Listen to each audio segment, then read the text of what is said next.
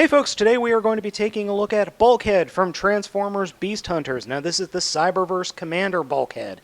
I found this guy at my local Toys R Us along with Predaking and Optimus Prime, who I've already reviewed.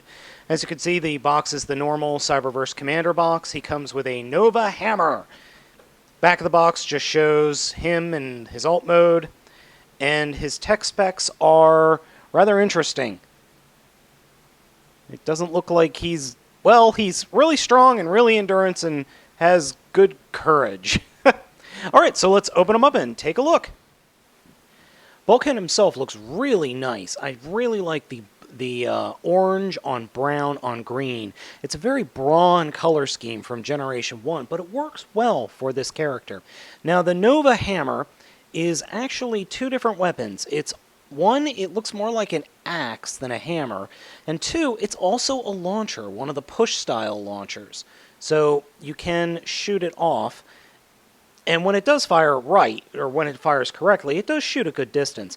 However, my one problem with it is it doesn't seem to be weighted correctly, because you can have it on an angle, and sometimes it'll fall and be in the right way, and sometimes it won't. It's kind of weird. So Bulkhead can hold the weapon, though getting it into his hand is rather difficult.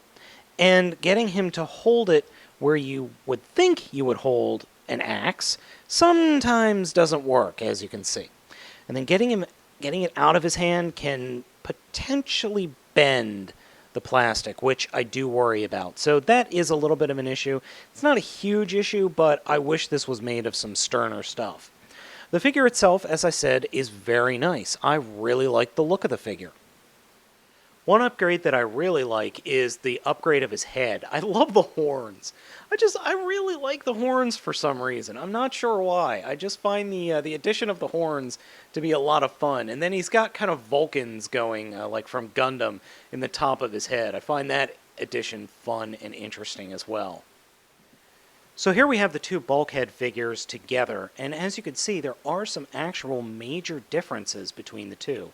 Specifically, not only the head, but you also have a different molded chest and different molding for the shoulders. The arms appear to be the same along with the legs. Those all appear to be the same pieces, just different colors.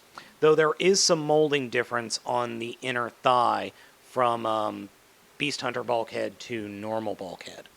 Though overall, I think both of them look good, but even though I really, really like the original, I gotta say, I'm loving this guy. The only complaint I have in robot mode is the ball joints for his shoulders are very loose. They are pretty loose. Not loose enough that they're completely floppy, but there's really no resistance there, so I'm going to have to apply a fix to that. But overall, the bot mode is just really nice, and this color scheme works very well for Bulkhead. Transformation for this guy is exactly the same as the original figure.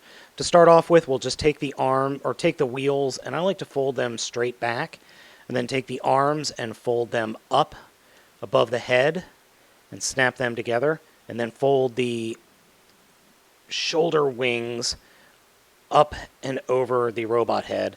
Then we can rotate and fold the arms up underneath the rear of the vehicle.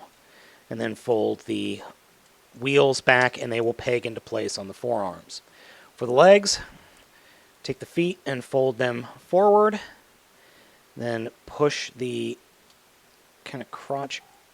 Come on. Push the, ow. Finger should not have been there. Ow.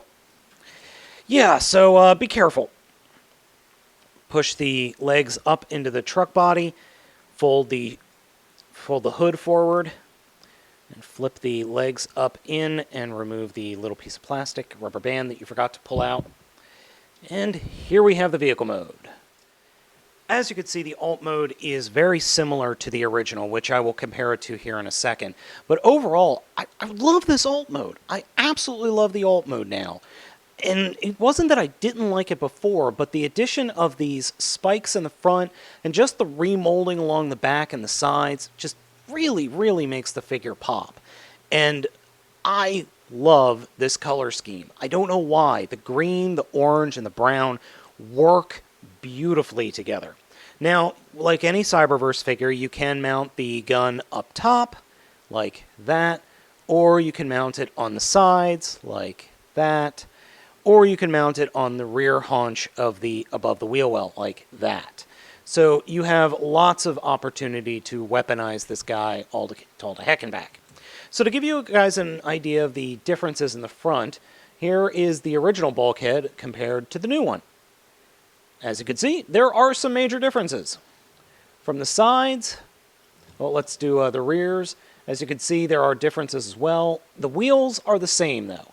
And it looks like the side panels are, they're slightly different. But there is some extensive remolding going on with these figures, and I'm happy for that. The other thing I'm really happy about is there is no longer a use of clear plastic in these new Cyberverse figures. I am really happy about that. Even though I like the clear plastic on Bulkhead here, you see the clear plastic up here and on the hood, and then in robot mode you saw it behind the head and in his weapon. There is no clear plastic on any of these new Cyberverse figures, and I'm really thankful for that. So overall, I think Bulkhead is a fantastic remold / redo of an already really good figure. So if you have a chance, go to Toys R Us and see if you can find them, because any of these three Cyberverse figures, Bulkhead, Predaking, or Prime, are worth it. If I had to put them in order, I'd have to say Prime is my favorite, followed by Bulkhead, then Predaking. But hey, you can't go wrong with any of these guys.